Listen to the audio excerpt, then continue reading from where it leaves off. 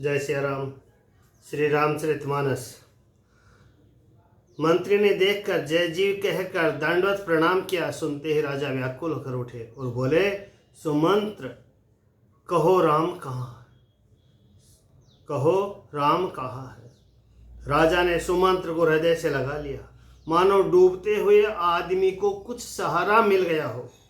मंत्री को स्नेह के साथ पास बैठा कर नेत्रों में जल भरकर राजा पूछने लगे कि हे मेरे प्रेमी सखा, श्री राम की कुशल कहो। बताओ, श्री राम, लक्ष्मण और जानकी कहाँ है? उन्हें लौटा लाए हो कि वे वन को चले गए? यह सुनते ही मंत्री के नेत्रों में जल भर आया। शोक से व्याकुल होकर राजा फिर पूछने लगे, सीता, राम, लक्ष्मण का संदेश तो कहो। श्री रामचंद्र जी के रूप, गुणशील और स्वभाव को याद कर करके राजा हृदय में सोच करते हैं और कहते हैं कि मैंने राजा होने की बात सुनाकर वनवास दे दिया। यह सुनकर भी जिस राम के मन में हर्ष और विषाद नहीं हुआ, ऐसे पुत्र के बिछुड़ने पर भी मेरे प्राण नहीं गए, तब मेरे सम्मान बड़ा पापी कौन होगा। सखा राम सिय लखनु जहाँ, तहाँ मोहि पहुँचाऊ, नाहित चाहत चलन अब, प्राण कहु सती भाऊ। हे सखा, श्री राम, जानकी और लक्ष्मण जहाँ है, मुझे भी वहीं पहुँचा दो, नहीं तो मैं सत्य भाव से कहता हूँ कि मेरे प्राण अब चलना ही चाहते हैं। राजा बार बार मंत्री से पूछते हैं कि मेरे प्रीतम पुत्रों का संदेश सुनाओ। हे सखा, तुम तुरंत वही उपाय करो जिससे श्री राम, लक्ष्मण और सीता को मुझे आंखों दिखा दो। मंत्री धीरज धरकर कोमल वाणी बोले, महाराज, आप पंडित और ज्ञानी हैं। हे देव, आप सूरवीर तथा उत्तम धैर्यवान पुरुषों में श्रेष्ठ है। आपने सदा साधुओं के समाज का सेवन किया। जन्म मरण सब दुख सुख भोगा, हानि लाभ प्रिय मिलन वियोगा। काल कर्म बस हो ही गोसाई, बर बस राति दिवस की नाई। जन्म मरण सुख दुख के भोग, हानि लाभ, प्यारों का मिलना बिछुड़ना, ये सब है स्वामी काल और कर्म के अधीन रात और दिन की तरह बरबस होते रहते हैं। सुख हर सही जड़, दुख बिल खाही, दो सम धीर धरहि मन माही।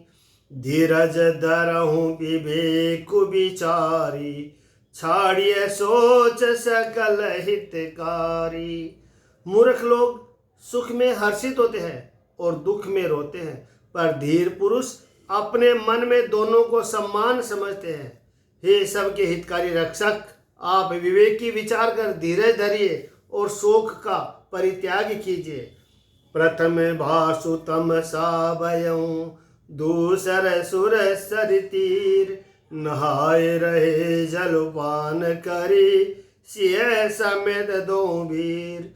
श्री राम जी का पहला निवास मुकाम तमसा के तट पर हुआ, दूसरा गंगा तीर पर। सीता जी से दोनों भाई उस दिन स्नान करके जल पीकर ही रहे। केवट निषाद राज ने बहुत सेवा की। वह रात सिंगरोर श्रृंगवेरपुर में ही बिताई। दूसरे दिन सवेरा होते ही बड़का दूध मंगवाया और उससे श्री राम लक्ष्मण ने अपने सिरों पर जटाओं के मुकुट बनाए। तब श्री रामचंद्र जी के सखा निषाद राज ने नाव मंगवाई।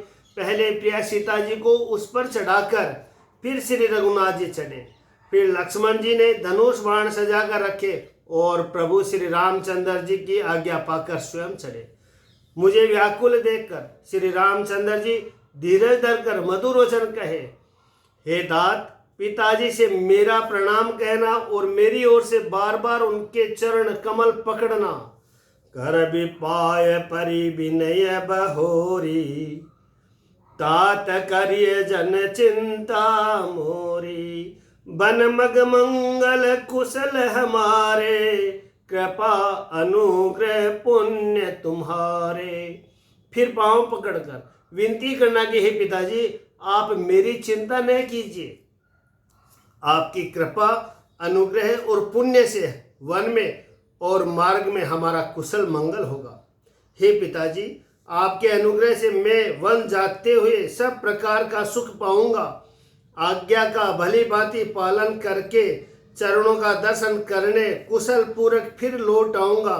सब माताओं के पैरों पड़कर उनका समाधान करके उनसे बहुत विनती करके तुलसीदास जी कहते हैं, तुम वही प्रयत्न करना जिससे कौशलपति पिताजी कुशल रहे। बार बार चरण कमलों को पकड़कर गुरु वशिष्ठ जी से मेरा संदेशा कहना कि वे वही उपदेश दे जिससे अवधपति पिताजी मेरा सोच न करे।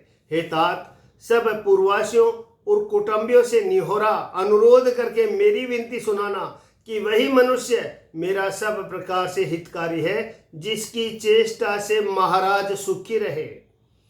कहब संदेश भरत के आए, नीति न तजिय राजु पदु पाए।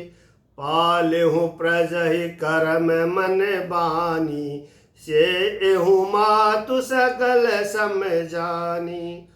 भरत के आने पर उनको मेरा संदेश कहना कि राजा का पद पा जाने पर नीति न छोड़ देना, कर्म और वचन और मन से प्रजा का पालन करना और सब माताओं को सम्मान जानकर उनकी सेवा करना।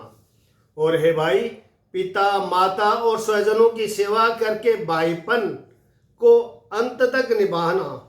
हे तात, राजा पिताजी को उसी प्रकार से रखना जिससे वे कभी किसी तरह भी मेरा सोच न करें। लक्ष्मण जी ने कुछ कठोर वचन कहे, परंतु श्री राम जी ने उन्हें बरज कर फिर मुझसे अनुरोध किया और बार बार अपनी सौगंध दिलाई और कहा कि हे तात, लक्ष्मण का लड़कपन वहां न कहना। प्रणाम कर सीता जी भी कुछ कहने लगी थी, परंतु स्नेहवश वे शिथिल हो गई। उनकी वाणी रुक गई, नेत्रों में जल भर आया और शरीर रोमांच से व्याप्त हो गया। उसी समय श्री रामचंद्र जी का रुख पाकर केवट ने पार जाने के लिए नाव चला दी। इस प्रकार रघुवंश तिलक श्री रामचंद्र जी चल दिए और मैं छाती पर व्रज रख कर खड़ा खड़ा देखता रहा। मैं अपने क्लेश को कैसे कहूँ। श्री राम जी का यह संदेशा लेकर जीता ही लौट आया। ऐसा कहकर मंत्री की वाणी रुक गई, वे चुप हो गए और वे हानि की गलानी और सोच के वश हो गए कि सुत बचन सुनत ही नर नाहु, परहु धरन उर दारुन दाहु। तलफत विषम मोहे मन मापा, मांझा मन हो मीन कहूँ व्यापा। सारथी सुमंत्र के वचन सुनते ही राजा पृथ्वी पर गिर पड़े। उनके हृदय में भयानक जलन होने लगी, वे तड़पने लगे। उनका मन भीषण मोह से व्याकुल हो गया, मानो मछली को मांझा व्यापा गया हो, पहली वर्षा का जल लग गया हो। सब रानियां विलाप करके रो रही है। उस महान विपत्ति को कैसे वर्णन किया जाए। सुनी विलाप दुख हो दुख लागा, धीरज हो कर धीरज भागा। उस समय के विलाप को सुनकर दुख को भी दुख लगा और धीरज का भी धीरज भाग गया। राजा के रावले रनिवास में रोने का शोर मच सुनकर अयोध्या भर में बड़ा भारी कुहराम मच गया। ऐसा जान पड़ा था मानो पक्षियों के विशाल वन में रात के समय कठोर व्रज गिरा हो। प्राण कंठ गत भयउ बुआलू, मणि विहीन जन व्याकुल व्यालु। राजा के प्राण कंठ में आ गए, मानो मणि के बिना सांप व्याकुल मरणासन को हो गया हो। इंद्रियां सब बहुत ही विकल हो गई, मानो बिना जल के तालाब में कमलों का वन मुरझा गया हो। कौशल्या जी ने राजा को बहुत दुखी देखकर अपने हृदय में जान लिया कि अब सूर्य कुल का सूर्य अस्त हो चला। तब श्री रामचंद्र जी की माता कौशल्या हृदय में धीरज धरकर समय के अनुकूल वचन बोली कि नाथ समुझी मन कर विचारो, राम वियोग पयोधि अपारू, करन धार तुम अवध जहाजो, चढ़ो सकल प्रिय पथिक समाजो। हे नाथ, आप मन में समझकर विचार कीजिए कि श्री रामचंद्र जी का वियोग अपार समुद्र है, अयोध्या जहाज है और आप उसके कर्णधार खेने वाले हैं। सब प्रियजन, कुटुंबी और प्रजा ही यात्रियों का समाज है जो इस जहाज पर चढ़ा हुआ है। आप धीरज धरिएगा तो सब पार पहुंच जाएंगे, नहीं तो सारा परिवार डूब जाएगा। हे प्रिय, हे स्वामी, यदि मेरी विनती हृदय में धारण कीजिएगा तो श्री राम लक्ष्मण सीता फिर आ मिलेंगे। प्रिया बचन मृदु सुनत नृपु, चितयऊ आखि उदारी, तलफत मीन मलिन जनु, सींचत शीतल बारी। प्रिय पत्नी कौशल्या के कोमल वचन सुनते ही राजा ने आंखें खोलकर देखा, मानो तड़पती हुई दीन मछली पर कोई शीतल जल छिड़क रहा हो। धीरज धरकर राजा उठ बैठे और बोले, सुमंत्र, कहो कृपालु श्री राम कहाँ है, लक्ष्मण कहाँ है, स्नेही राम कहाँ है और मेरी प्यारी बहू जानकी कहाँ है। राजा व्याकुल होकर बहुत प्रकार से विलाप कर रहे हैं। वह रात युग के समान बड़ी हो गई, बीतती ही नहीं है। तापस अंध साप सुधियाई, कौशल्या ही सब कथा सुनाई। राजा को अंधे तपस्वी श्रवण कुमार के पिता के श्राप की याद आ गई। उन्होंने सब कथा कौशल्या को कह सुनाई। उस इतिहास का वर्णन करते करते राजा व्याकुल हो गए और कहने लगे कि श्री राम के बिना जीने की आशा को धिक्कार है। मैं उस शरीर को रख कर क्या करूंगा जिसने मेरा प्रेम का प्रण नहीं निभाया। हाँ रघुकुल को आनंद देने वाले मेरे प्राण प्यारे राम, तुम्हारे बिना जीते हुए मुझे बहुत दिन बीत गए हैं। हा जानकी, हा लक्ष्मण, हा रघुवीर, हा पिता के चित्तरूपी चातक के हित करने वाले मेघ। राम राम कही राम कही, राम राम कही राम, तनु पर हरि रघुबर बिरही, राव गए सुर धाम।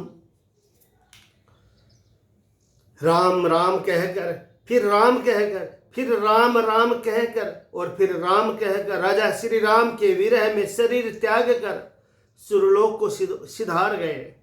जीने और मरने का फल तो दशरथ जी ने ही पाया, जिनका निर्मल यश अन्य को ब्रह्मांडों में छा गया। जीते जी तो श्री रामचंद्र जी के चंद्रमा के समान मुख को देखा और श्री राम के विरह को निमित्त बनाकर अपना मरण सुधार लिया। सब रानियां शोक के मारे व्याकुल होकर रो रही है। वे राजा के रूप, शील, बल और तेज का बखान कर करके अनेकों प्रकार से विलाप कर रही है और बार बार धरती पर गिर गिर कर पड़ती है। दासीगण व्याकुल होकर विलाप कर रहे हैं। नगर निवासी घर घर रो रहे हैं। कहते हैं कि आज धर्म की सीमा, गुण और रूप के भंडार, सूर्य कुल के सूर्य अस्त हो गए। सब कई को ग्वालियां देते हैं, जिसने संसार भर को बिना नेत्र का अंधा कर दिया। इस प्रकार विलाप करते रात बीत गई। प्रातःकाल सब बड़े बड़े ज्ञानी मुनि आए। तब वशिष्ठ मुनि समय के अनुकूल अनेक इतिहास कहकर अपने विज्ञान के प्रकार से सबका शोक दूर किया। जय श्री राम।